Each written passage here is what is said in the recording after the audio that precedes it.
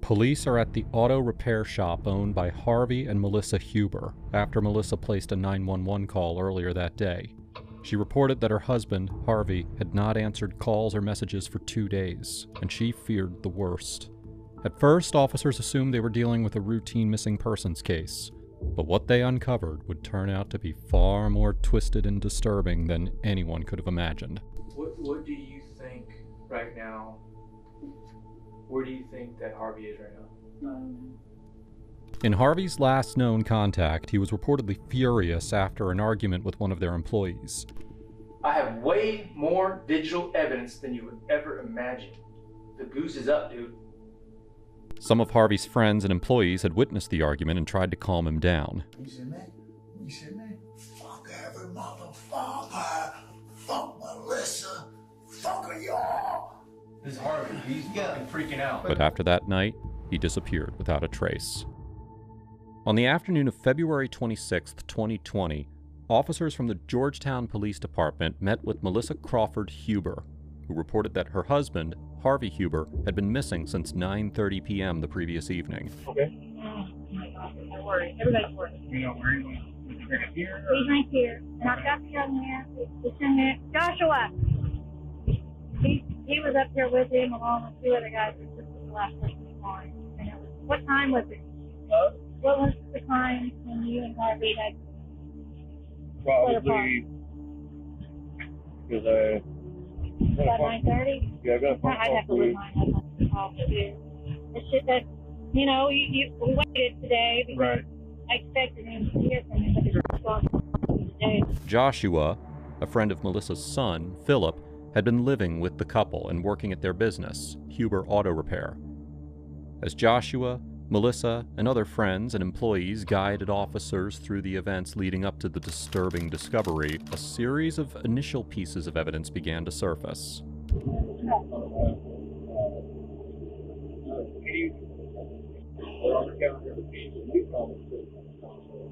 Wallet was sitting right on the edge of the seat with the window down.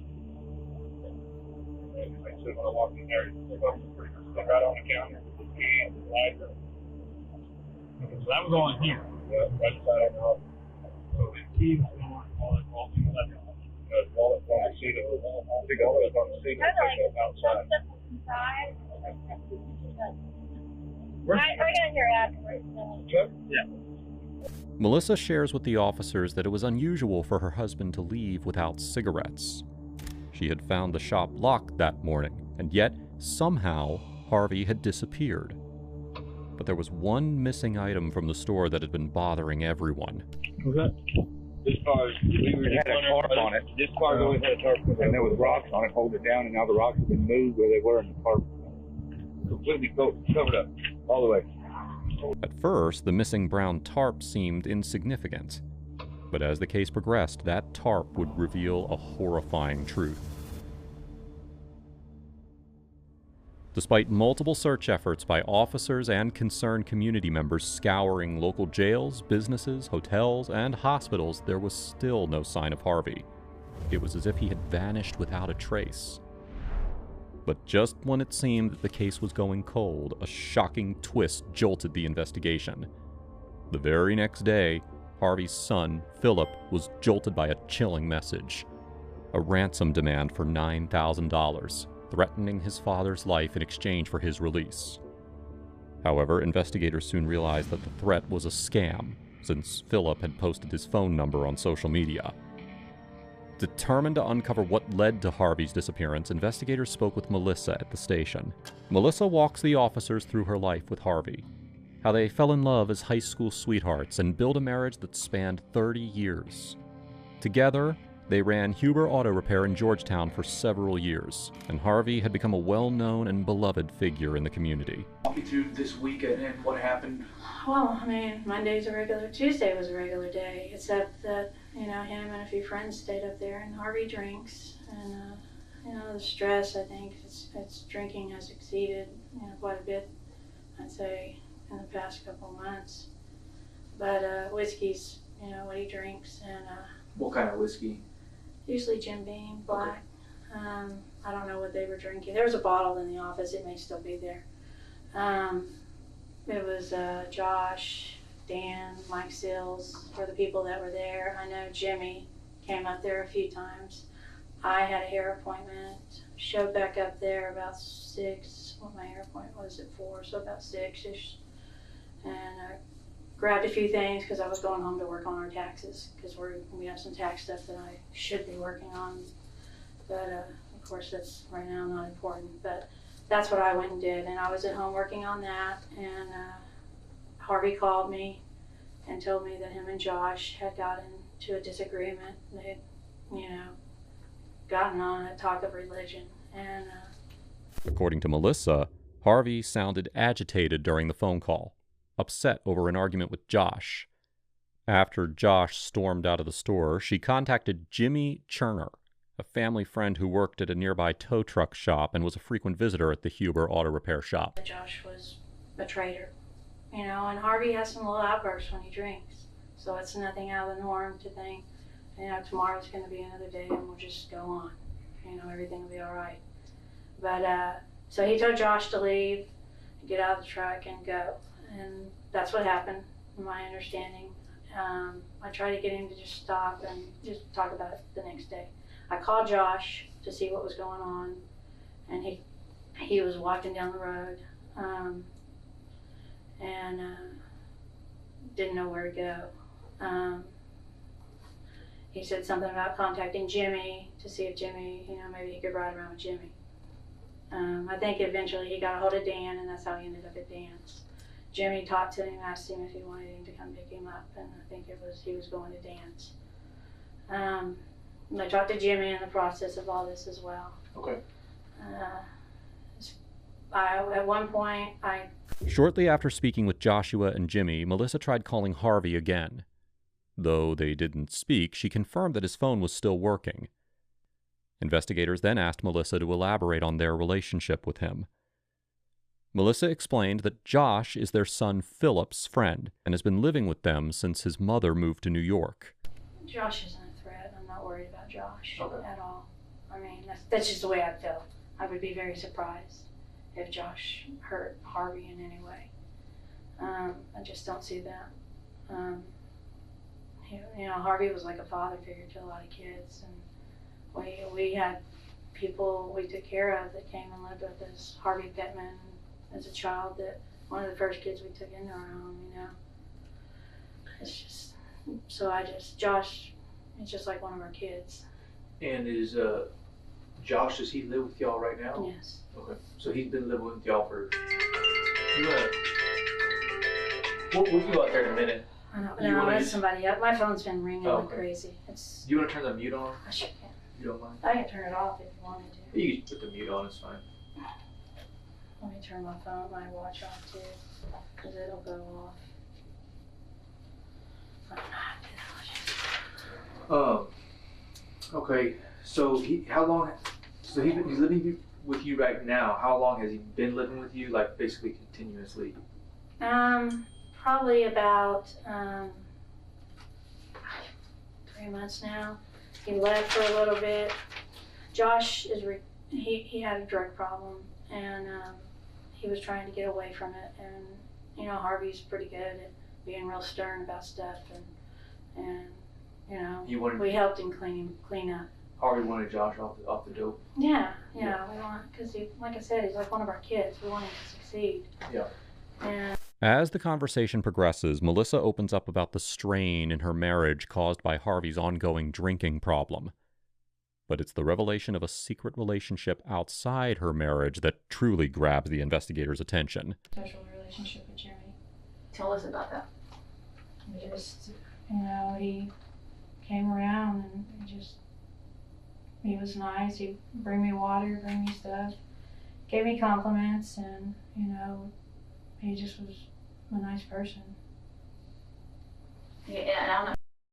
He just was, you know, real easy to talk to and listen to me. And Was Harvey okay with your relationship? yeah, with he Jimmy? was friends with Harvey too, Mhm. you know. Mhm. So, But did he know how close your relationship was? no, probably not to the extent. He knew we were good friends. You know, Jimmy gave me a radar detector after he said he didn't use it. You know, he did things for me. People said that they felt that he has, you know, feelings. And there were feelings. So, As the interview with Melissa wraps up, she shares one final detail that continues to trouble everyone. What do you think right now? Where do you think that Harvey is right now? No. Did anything over there at the business get damaged? The phone and the credit card machine. Okay. And there was a tarp missing. You know, when I noticed it that morning, that my son-in-law's car that Harvey had been working on always had, it was covered because the hood was off and the windows were down, you know, so it was protected from weather and stuff. And you look out the window and it's kind of an eyesore, so it catches your eye. But I looked down and we have a vintage Dr. Snook's Corvette and it had a tarp on it. So I was like, why did Harvey move? And then it's the vet. So, but then later on they said they noticed it was gone and that wasn't the tarp. It was actually a brown tarp that was gone. And everybody was like, well, there was high winds, but that tarp was held down with rocks. So that was really weird because the tarp, from what I understand, is nowhere to be found, and the detective felt like it would have been in trees or something. Investigators collect Melissa's phone and receive her permission to search both the couple's residence and their business property. As the investigation intensifies, detectives begin interviewing everyone who had contact with Harvey the night he disappeared. They also reach out to neighboring businesses, requesting surveillance footage in the hopes of uncovering a critical lead. But it's one conversation with a local business owner and what he claims to have seen that night that leaves the investigators reeling. David, an old friend of Harvey's and the owner of a shop just 1,300 feet away, tells investigators that he reviewed his surveillance footage from the night that Harvey vanished, and what he saw set off immediate concern. While Joshua had initially left the property at around 9 p.m., the CCTV camera recorded him returning to the store sometime after 9:30 p.m. Despite Melissa's unwavering trust in Joshua, the evidence painted a far different picture. Witness testimonies confirmed the heated argument between Joshua and Harvey, with Joshua storming out of the store. Combined with his struggles with substance use, his access to the store, and now the damning surveillance footage, it had become clear that Joshua was somehow involved in Harvey's disappearance. 2 days after Harvey vanished, a chilling tip came in from John Hammonds, owner of Tiptoe, the tow company where Jimmy worked. Hammonds had noticed a dried red substance smeared across the bed of their white 2018 Hino tow truck. When crime scene specialists tested this liquid, the results came back presumptive positive for human blood. But what truly sent a jolt through the investigation was that Jimmy had been driving that very tow truck the night Harvey disappeared. But just when investigators thought that they'd uncovered the worst, Hammonds called again the very next day, this time with a revelation so disturbing that it would blow the case wide open and confirm their deepest suspicions. The morning Harvey was reported missing, Rito, an employee at Tiptoe, made a chilling discovery. Inside the white 2018 Hino tow truck that Jimmy had been driving, he found a 4x4 piece of wood that, in his words, quote, smelled like death. Disgusted by the rotting smell, Rito threw it away in the property's trash can. But when he told Hammonds what he'd found, Hammonds retrieved the wood and immediately contacted investigators with the unsettling information. When investigators spoke to Jimmy on site, his odd behavior and evasive answers raised red flags. To dig deeper into his possible involvement, they assigned a surveillance team to monitor his movements, both on the night that Harvey vanished and in the days that followed, hoping to uncover any suspicious patterns. While tracking Jimmy's phone, investigators discovered that he had stopped at a Walmart the night that Harvey vanished. Surveillance footage confirmed this as Jimmy was seen pulling into the parking lot in the same white tow truck, making a quick purchase, and then driving off. But this was just the beginning of a string of grim revelations that would unravel the horrifying truth behind the case. On March 3, 2020, exactly 1 week after Harvey went missing, investigators zeroed in on a drainage tunnel near the area where Jimmy's phone had been tracked. What they discovered inside that tunnel shocked even the most seasoned officers and turned the investigation on its head. Inside the tunnel, investigators found a scene straight out of a nightmare. A dark, dried substance that appeared to be blood stained the concrete. Drag marks trailed through the grime, leading to fragments of the tarp that had gone missing. And even more horrifying, pieces of human remains. DNA reports would later confirm the remains to be Harvey's. It was the confirmation they had dreaded but anticipated. Harvey Huber had been murdered, and the evidence pointed squarely at Joshua and Jimmy. Any remaining doubt was erased over the next 2 days. Updated cell data showed Jimmy's phone pinging repeatedly near the tunnel site. Surveillance teams also caught him returning multiple times, performing what appeared to be heat checks, nervously scanning the area, as if making sure that the secret he'd buried stayed hidden. As if the case needed any more incriminating proof, surveillance footage from a nearby school delivered a devastating blow. The footage captured the same tow truck that Jimmy had driven on the night of Harvey's murder, pulling away from the store. The missing brown tarp from the store was spread across the truck's bed, covering what seemed to be a human body. But with the body still missing and no murder weapon recovered, it became crucial to close in on the suspects. Determined to uncover the truth, investigators quickly summoned Joshua for an interview. After speaking at length about his relationship with the Huber family, Joshua shares his opinion about Jimmy. Criminal. I don't know how his heart is, but on paper and by history, yeah. What kind of a guy is he? He seemed cool. Me and him kind of, hey, what's up? I never trusted the gentleman, and he never trusted me, as far as I know. Because that was somebody told me that one day, like, Jimmy doesn't know what to think about you. I said, I don't know what to think about him either. I've always kept my eye on him, you know. I didn't like his respect towards a woman. His respect towards a woman? Yeah, as far as his eyes go. Oh, like I've watched him sit there, look him up and down, and just kind of like... Given that Jimmy had served 26 years in prison for a past crime, a fact that Melissa had confirmed, Joshua expressed doubt that Jimmy was involved in Harvey's disappearance. As Joshua relays the events of that day again, he doesn't yet know that the investigators already have damning evidence, and that they're about to confront him with it. Josh, you got any reason to be dishonest with us? No. Have you been? Oh yeah. 100% truthful. I've been. Harvey's life is on this, and I feel like that happened on my time, sir. I know I have not been dishonest with you. But connect the dots, put things together. I've been looking at all the video. You know, there's cameras all around that area. There's cameras on Keep Smart. There's cameras on the high school.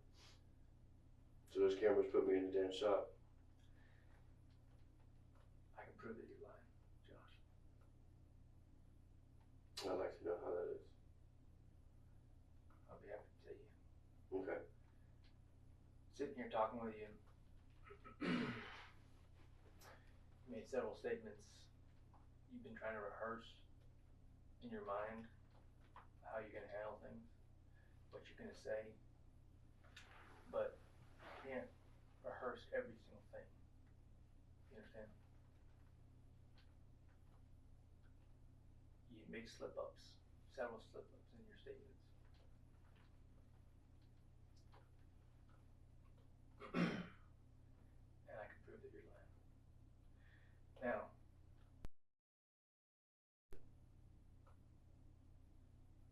I think Harvey lost his temper, and you defended yourself. Okay. Well then, if Harvey lost his temper and I defended myself, then why would I go back? And I believe... Can you answer that question for me right now? Listen to me. I believe that Jimmy helped you clean up the mess.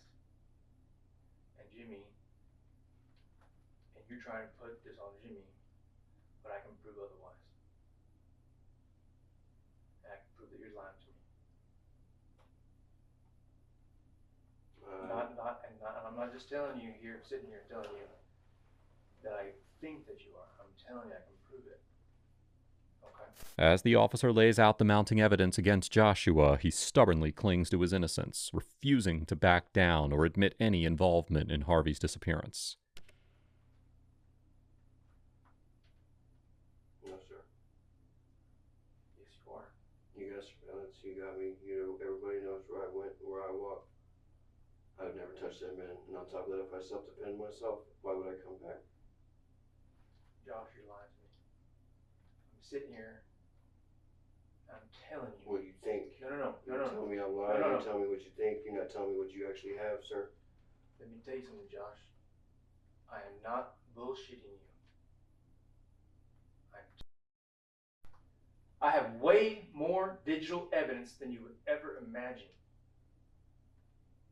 The goose is up, dude. As Joshua denies all these accusations, the ranger doubles down on the evidence. By the way, if you're finding this video interesting so far, please do us a favor. Make sure to hit like, hit subscribe, and help us get to 1 million subscribers. Now, let's dive back in. Did you intend to kill him?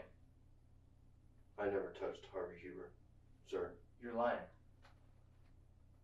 You're sitting there lying to me, and I can prove it. I don't know what it is that... You think that you can beat the physical evidence? You think you can beat the digital evidence? Josh, you're wrong. You are absolutely 100% wrong. I have processed the crime scene.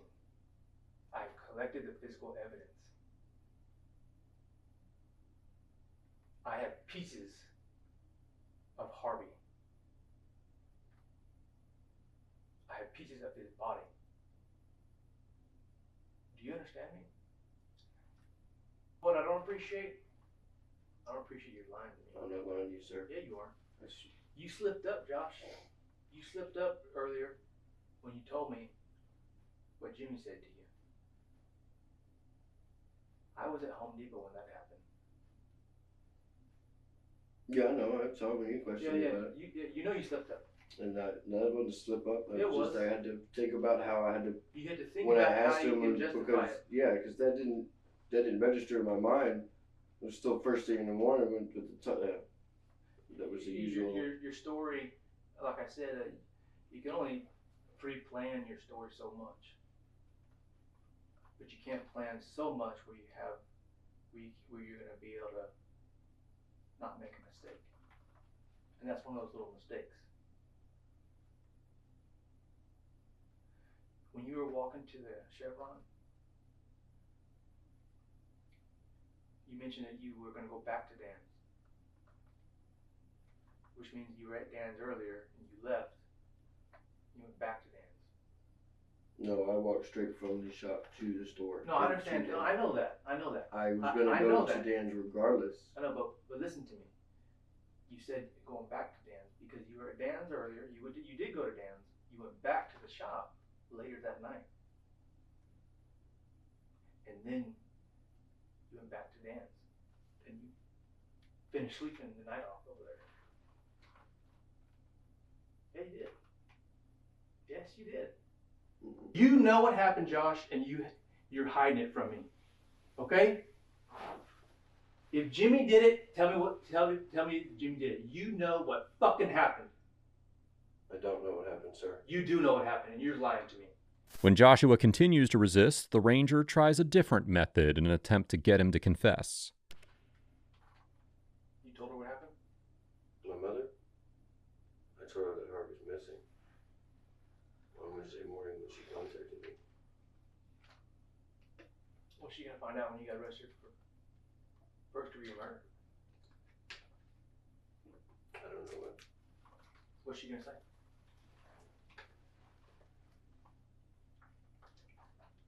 What about your brother? He'll be pretty disappointed in you.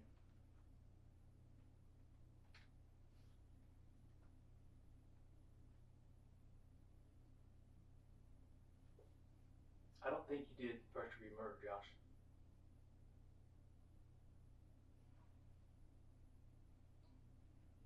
understand what I'm telling you?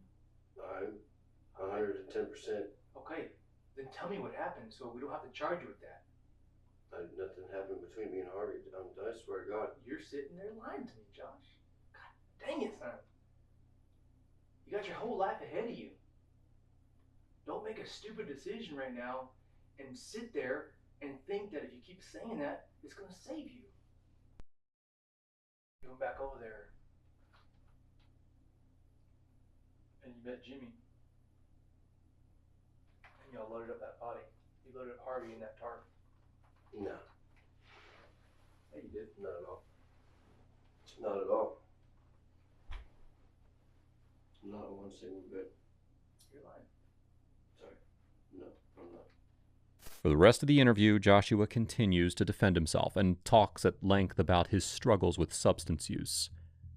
While unable to get a confession from Joshua, the investigators shift their focus to Jimmy. Just as they do, Tiptoe's owner, John Hammonds, provides a shocking recording that makes investigators reconsider Joshua's role in the crime. The recording reveals Jimmy's growing anxiety about the investigation and his impending fate. Yeah, if it ever comes down to it, and you know, if I ever do get arrested, but you know what? They might not ever arrest me. They might always just be sitting there and just let me go, and you know, and just keep me monitored. And just see if something ever happens. Well, that's the thing I was trying to tell you the other day, man. Don't run, because I'm not gonna run. If you run, then that's just going to make it look like you're guilty. No, but I'm probably gonna still probably live with my mom or whatever still, and then I'm probably gonna get a job way off somewhere, maybe like 30 miles off every day. My scooter, it can go a long ways. It's like a motorcycle, but I'm gonna drive back and forth. But I do believe what everybody's told me, it's 50-50. It's a verge of being arrested, but the verge of not. It's right in between. They're calculating if we take him to trial on something because of the criminal history and everything, can we convict him? That's what they're thinking. But if we take him to trial on it, it's going to make us all look like dumbasses. You know what I'm saying? But Josh did what he did. Josh did ask for a gun that night. That's what somebody told me. I have on the phone, he's asked for somebody for a gun. See what I'm saying? In other words, you know, if I said I did anything, just don't look at me. Look at Josh. Look at Mike Seals' buddy for 30 years. That don't mean nothing. You know what I'm saying? I understand I have a criminal history, but you gotta look too at the whole situation. If you said I did something, anything period, then where's the body and where's the murder weapon? Or a murder weapon, or if he was kidnapped, or if he was raped, or if he was robbed, or whatever, where in the fuck is evidence? You know what I'm saying? And I asked him in the trailer when I was getting the cops here, I said, man, do ballistics on my hands. You know, because I'm not technically allowed to carry a gun legally. I said, do ballistics on my hands. And they didn't. Jimmy claims that Harvey constantly mistreated Melissa and insists that he was always protecting her. But when Hammonds presses him to confess, he deflects and changes the subject. All I can say, Jimmy, is if you were involved or if you know anything about it, the best thing that you can do is plead your case and let them know what you know and try to beg for the best deal possible. It's the only thing I can tell you, you know. I know it's a shitty situation, and I got two things in my mind, and that's helping prove your innocence if I can. And where is Harvey? You know, where is the man? I mean, I like Harvey. I'm not going to say he was a great person, especially the stuff that you've shared with me here recently about him and Melissa. But, you know, I know Harvey, and I know Harvey would have done anything for me, just like you. You know, I mean, he was a good person to me and never did me wrong. And I mean, I don't want to see anybody missing like that, you know? In a shocking twist, during the interview at the store, Jimmy admitted returning to Huber Auto Repair at 10 p.m. on the night of Harvey's murder. This made him the last known person to see Harvey alive. Realizing the gravity of this situation, the investigators immediately brought him to the station for further interrogation. But if they thought that getting Jimmy to confess would be easy, they were in for a long night.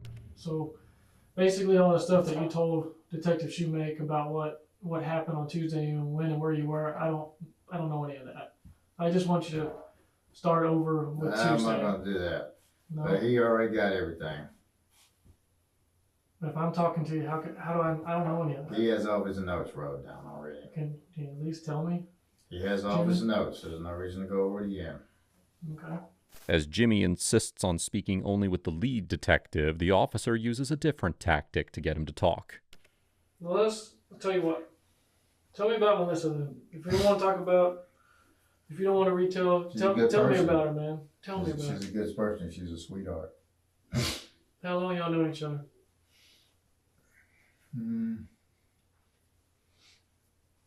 Probably about a year and a half. She's a good person, though. She's good to her kids and good to her grandkids. How many grandkids she got? 5. All from, how many? She got a couple kids? Yeah. You said earlier she had a She has couple a daughter kids. and a son. Where do they live at? One lives in Bartlett, the son, and the other one lives in Hutto. So fairly close then. And she lives in Bartlett all the time? That's where her house is? How long y'all been together? Relationship-wise?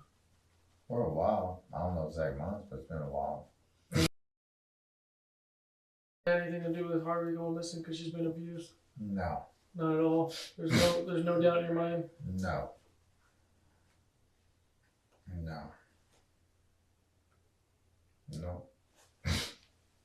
No. You're not just saying that because you love her, right?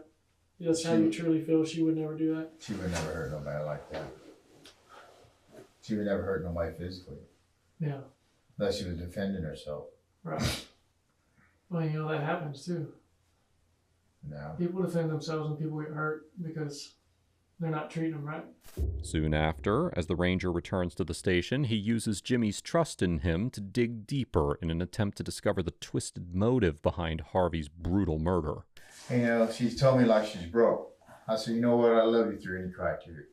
Yeah. I told her I'm willing to live like a dog, eat a can of beans, 1 banana, and a half a gallon of milk the rest of my life. Just as long as I'll give up everything for you, just so you can have what you need. And did Harvey ever suspect anything or? No? Y'all just kept it real discreet. Yeah, but he accuses her of cheating with Tim Burgess, whatever, somebody that comes, works on the car. And then this other guy, but he drinks. He goes into a different mindset. He blackens out, Accusing her, going to the Walmart gas station and going home, he goes and gets some water, and then he'll think, are you going in? What are you in there? He said, you in there with your Sanchita? I mean, your Sancho? No shit. Where'd that come from? For the next 10 minutes, Jimmy shares more about his relationship with Melissa and his love for her. Melissa enjoy spending time with you more than Harvey? Does she feel safer with you? She trusts me with her life. She does. Because I love her. I love her. She seems like a good woman, Jimmy. I love her, man. I'll live like a dog the rest of my life so she can be happy. She seems like a damn good woman. As Jimmy rambles on, the ranger asks where he thinks Harvey could be. Where do you think Harvey's at? I don't know. Who knows? I mean, that's the deal. I mean, we're trying to find this dude. I mean, he's missing. But everybody. Wait, and he's sober. He's calm and everything. But once he starts drinking, he molds into a different person. He's like, just complete changes. I mean, He's just two-faced. Like he's normal when he's. It's like he goes into a different body, a different mind. Man, where do you think we should look for Harvey? Where do you think we'd find him? Is there a place he likes to hide? Or? He has one. He usually goes. Josh and Harvey usually go home together, and they drive the same road. Jimmy soon deflects, shifting the conversation to Harvey's usual route home and his own life as a trucker. The ranger steers it back, pressing once again on the events of the night when Harvey was killed. Mike took off. So then Harvey's still there, right? Is anybody else still there? No, Harvey's arguing with Josh. Okay. Then I said, man, I was thinking in my mind, I got to go. You gotta get out of here. Motherfucker started, he's wasted. He's straight wasted. Okay. So, you know, no matter what you tell him, he's always right. He ain't gonna listen to you. So I said, I got to go. He's already switched over from his normal self to his drunk self. His eyes are glazed. No shit. Man. So then he had to been drinking. So then it's already getting late. So he's probably already started drinking after the shop was closing down. Is that right? Or man, he started a long time for that. Yeah, I mean, after the shop closed, he don't ever drink during the day when the business is out. So then Harvey tells Josh, "Get the fuck out of here." But I didn't see that part because, you know, Melissa told me on the phone. Oh, okay. Yeah. I took off because I know they always started already. I said, man, I got to go. Yeah. Same old shit. So Josh went walk. So I seen, so the gate's still open. Harvey's truck's it. And then so I said, I'm going to pull over. So I pulled over there. So I'm hauling through the door. They can't open up the door or nothing. So I said, what's up? So you look at the door, they put that new part in. So there used to be a wall over there. They cut that out, so then it goes into one of the bays. Yeah. But it's like a room. Okay. I said, what's up, man? And I said, what's going on? And then I'm talking. He said, man, fuck every motherfucker. Fuck Melissa. Fuck y'all. This is Harvey. He's fucking freaking out. But Melissa told me he already smashed the credit card machine. Yeah, I mean, he's bam, smacked his pieces, fucking all. They got there in the morning. Piece was, it was kind of green. Pieces all over the shit. The cops didn't see that because pieces are all over and everywhere. He got bam, smashed it. No shit. So he's cursing at you. And the phone too. The phone part. Yeah. Jimmy tells the ranger that Harvey, in a fit of rage, had contemplated taking his own life, and that he had talked him out of it. But Jimmy never confesses to the killing, nor does he reveal where Harvey's body or the murder weapon is. The real breakthrough, however, comes a week later, when investigators speak with Jimmy's former employer, Eddie. In a chilling account, Eddie claims that Jimmy told him outright, quote, "I killed Harvey." He went on to describe how Jimmy struck Harvey in the head with a hatchet and then took his body to the drainage site where he dismembered it. Jimmy allegedly said that he couldn't take Harvey insulting and hitting Melissa anymore, a chilling motive that Melissa had hinted at during her earlier interview with the ranger. Yeah, What because Jimmy spent 26 years in prison, so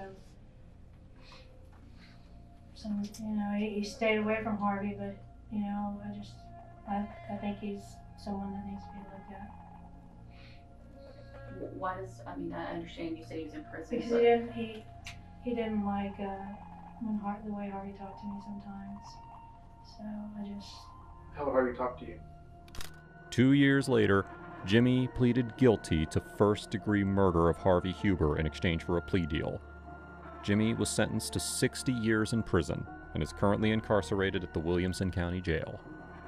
Joshua was never charged in this case and found to be innocent. Now, if you think this case was horrific, you need to check out my video on the guy who thought that he could get away with killing his date.